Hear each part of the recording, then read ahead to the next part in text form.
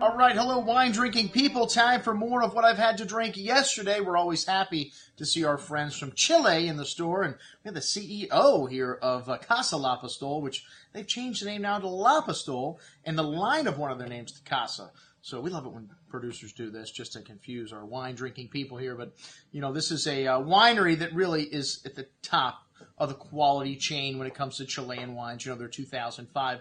Casa Lapostolle Clos Apalta, the #1 wine in the Wine Spectator's illustrious top 100. So this really put Chile into the limelight. A lot of people started to take notice, and I'll never forget my trip there in 2007. I visited Casa Lapostolle, or Lapostolle, and their Apalta Vineyard, and the winery that they built for this one iconic wine. Well, they also make the other Apalta wines there, but you know, incredible facility, one of the most technologically advanced, one of the most beautiful places that I've ever been in the wine world. And they also have agriturismo there. You can stay up there in the Apalta Valley in the Colchagua and, you know, spend a week up there with them and visit the winery, visit the other wineries in that area. It's kind of like the Napa Valley of Chile here, and well, it's about 3 hours south of Santiago.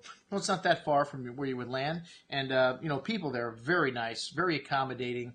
Even though they're just in their, you know, beginning years of wine tourism, this is, like I said, one of the most impressive places you'll visit anywhere in the world of wine. These guys have made, you know, a lot of investment and are really dedicated to making world-class wine here. And, you know, I've been saying for a long time, you cannot beat the value that you get from Chile and Argentina. We look at $10 to $15 wines. I've got more wines in the $10 to $15 price range from Chile and Argentina than anywhere else in the store. And when you look at Bordeaux varietals, nobody does it better. Incredible values. And Lapostolle, just like a lot of other wineries, have gone to, you know, sustainable, organic, and even some of their vineyards like the Apalta vineyard. So, you know, these are very naturally made wines, and they've got an incredible sense of balance to them. And the entry-level wines, which are now called Casa, which are in the $10 to $15 price range, all have wonderful balance, very light and refreshing style. Some of these wines are under 13% alcohol. Hey, don't hate me because I'm alcoholic, but I mean, you know, lighter wines tend to be easier to drink that second glass, and, you know, it's more European in style. These people like to drink a lot. They drink at lunch.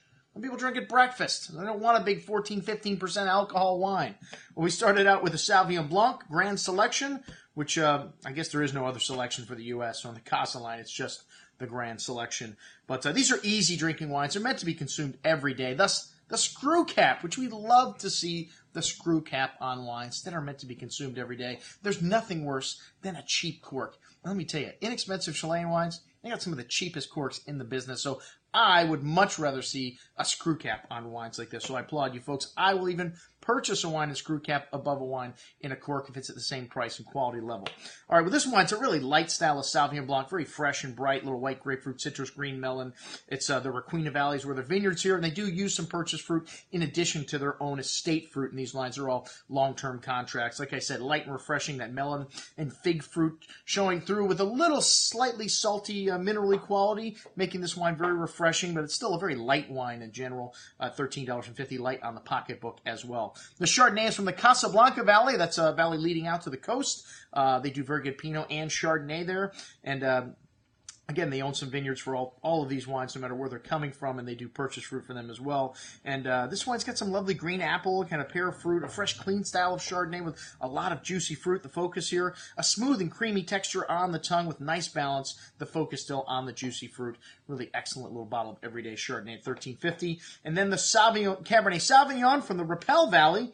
This is a cooler vintage, 2010, and you really notice it in the wines. Are a little more light and savory, just like the bottles are lighter. They're 15% lighter. They're going carbon neutral at this winery. I love to see people that are lightening up the bottles. There's nothing more offensive to me than a large, oversized bottle. It just means we're trying to make the wine look important, not actually taste important, but they're really focusing on, you know, doing the right thing here at Casa Lapostolle. So this wine's got a little bit of Carmenere, Merlot, Syrah, Cabernet Franc in the blend. It changes every year. It didn't have exact, you know, numbers on the blends here in these wines, but that's not important. What's important is the style of these wines. Just a little bit of peppery spice to the Cabernet Sauvignon. Notes of coffee there. A really soft and easy drinking style with light tannins and a nice savory finish. Like I said, begs for a second glass at under 13% alcohol. Good little wine.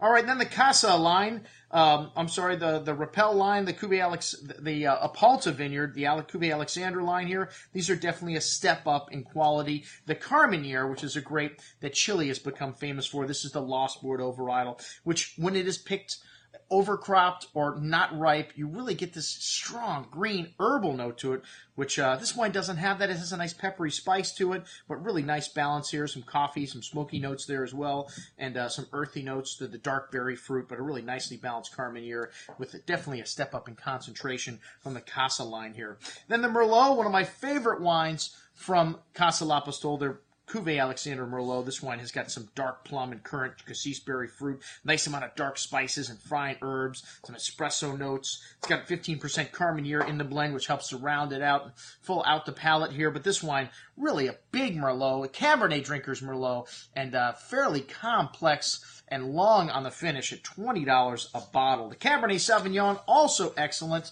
And this line also has a slightly lighter bottle. They've done that with all the wines except for the Clos Apalta, a real important wine. They still have that in the big bottle. But anyways, this Cabernet's got some nice mocha, dark currant, and cassis berry fruit with a note of that peppery spice also, with a little cigar box in there. Really nice, long, layered finish here. Nice fruit. And stepping it up in terms of alcohol in these wines also, they're up to 14%.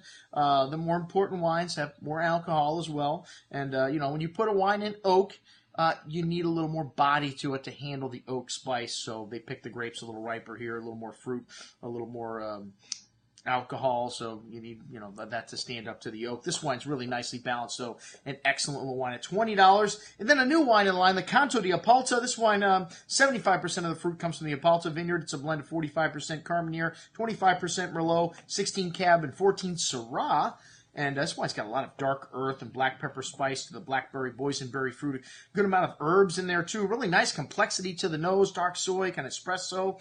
This is the second vintage of this wine. A really nice balance, though, even though it's got, some nice fruit to it and it's got all that other stuff to it. Very nice balance and still finishes light and refreshing for a red wine, echoing that nuance from the nose through the finish. And $22.50, a really nice little value, kind of in between the Cuvee Alexandre line and the Clos Apalta here. Not nearly in between price at $22, or just a few dollars up. And then the Clos Apalta, the wine that these guys built a winery to make.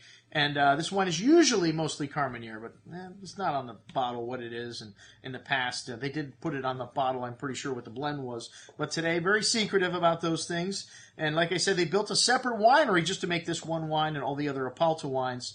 And this wine is big and chewy on the tongue with layers of dark berry fruit, coffee, espresso, bitter chocolate, dark earth, black pepper notes, and really complex bouquet of aromas coming out of this wine. It really needs a couple days here. This 2010 vintage, still a baby, and on the second day, even bigger. This is one of these world-class wines. It's going to need 10 years in your cellar, and believe me, you're going to be rewarded if you hold on to this. I have had older vintages of Clos Apalta. This is one of the world's great wines, and definitely deserves to be in the cellar with the first gross of Bordeaux, the great gross of Napa Valley, one of the top wines made in the world, and still under $100 a bottle, a relative value when you look at, like I said, all the other iconic wines made in the other great wine-producing countries. So you're going to see the price on these wines like Almaviva, Don Melchior. You're going to see these going up as the demand all over the world gets heated up for these fine wines, these iconic wines. And Chile is now on the radar. You're starting to see people in other countries really notice